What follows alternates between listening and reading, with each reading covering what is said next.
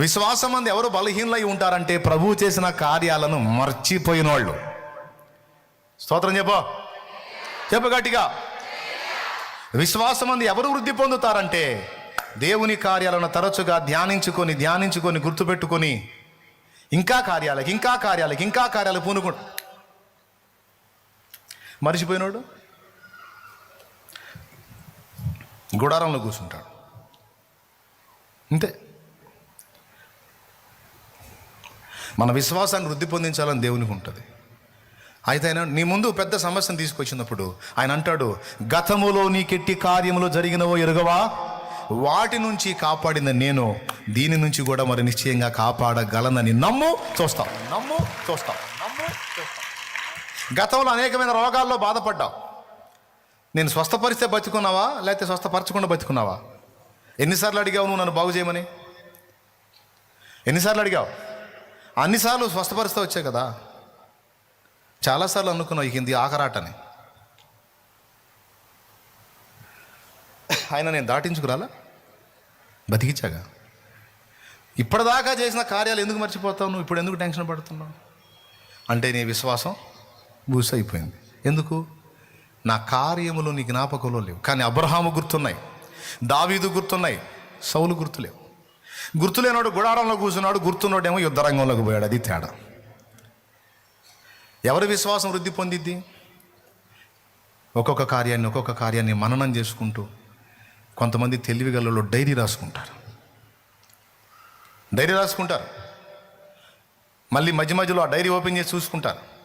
ఇన్ని కార్యాలు చేశావు యేసయ్యా, ఇన్ని చేసినోడు ఇది చెయ్యవా? ఎంతమందికి అర్థమైందండి? ఎట్లా నేర్పుతాడు విశ్వాసం?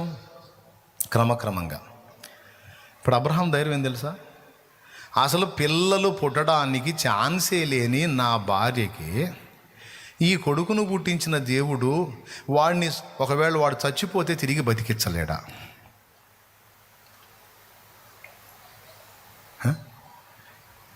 శారాకు అసాధ్యం వీడు పుట్టడం, కానీ ఇచ్చాడే. ఇచ్చిన దేవుడు మృతతుల్యమైన గర్భమునకు శక్తినిచ్చి బిడ్డను కనేటట్టు చేసిన దేవుడు పుట్టిన ఈ బిడ్డ ఒకవేళ చనిపోతే తిరిగి బ్రతికించగలడని నమ్మాడు. అది విషయం ఇక్కడ.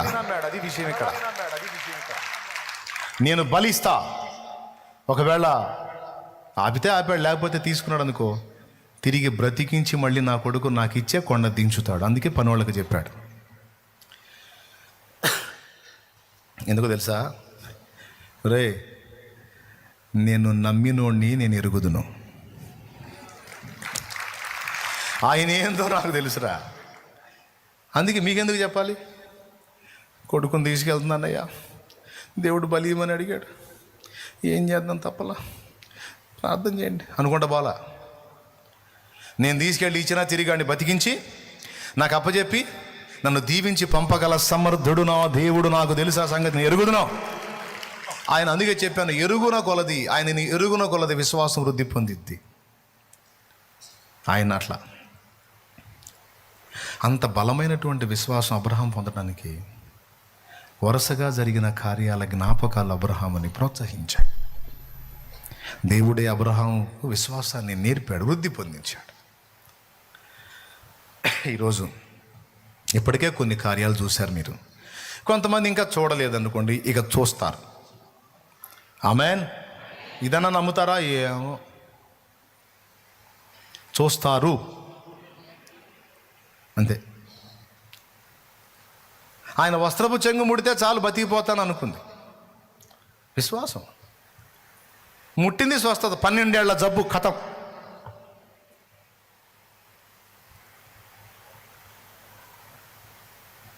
అన్ని వైద్యాలు అయిపోయినాయి. యేసయ్య ఏమన్నాడు? నా శక్తి నిన్ను స్వస్థపరిచింది అన్నాడా? నీ విశ్వాసం నిన్ను స్వస్థపరిచింది అన్నాడా?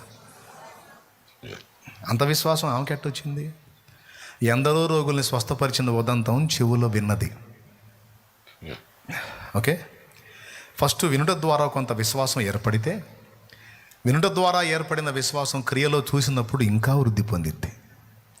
అలా ఫస్ట్ వినికిడి ద్వారా నీలో విశ్వాసాన్ని పుట్టించి కార్యాలు చేసి దాన్ని నీలో అభివృద్ధి పరిచేవాడు నా యేసు.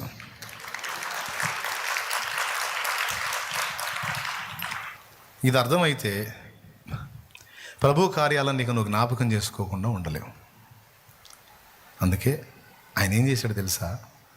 ఇశ్రాయేలు మర్చిపోతారని తెలుసు, అందుకే జ్ఞాపకార్థముగా గ్రంథము రాయమన్నాడు. ఎందుకు? వారు ఎల్లప్పుడూ విశ్వాసమందు నిలిచి ఉండినట్లు జ్ఞాపకార్థముగా గ్రంథము రాయమన్నాడు.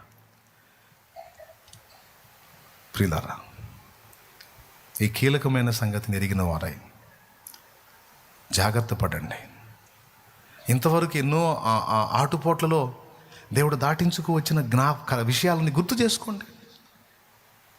ఇక ముందు దేవుడు నీ ముందుకు తీసుకొచ్చిన వాటిని కూడా తొలగించునని ఎరిగి విశ్వాసమును బట్టి ధైర్యం తెచ్చుకోండి, పనికి పూనుకోండి. గతంలో నీ విశ్వాసానికి తక్కువ లేకుండా ఎన్ని కార్యాలు చేశాడో గుర్తు చేసుకోండి. మళ్ళీ ఒక్కసారి ప్రోత్సాహాన్ని పొందండి. కొంచెం కార్యం చేశాడు, ఇంకొంచెం గొప్పదానికి ప్రయత్నం చేయి, తోడై ఉంటాడు. ఇంకొంచెం గొప్పదానికి ప్రయత్నం చేయి, విశ్వాసం వృద్ధి పొందుతూ ఉంటుంది. గొప్ప కార్యాలు చివరికి ఒక డాట్తో స్టార్ట్ అయిన కార్యాలు ఎదిగి ఎదిగి ఎదిగి ఎదిగి ఎదిగి ఎదిగి ఎదిగి ఎదిగి ఎదిగి కొండలను కూడా కదిలించేంత గొప్ప విశ్వాసపు శక్తి గలవాడు గలదా ఈ విషయం.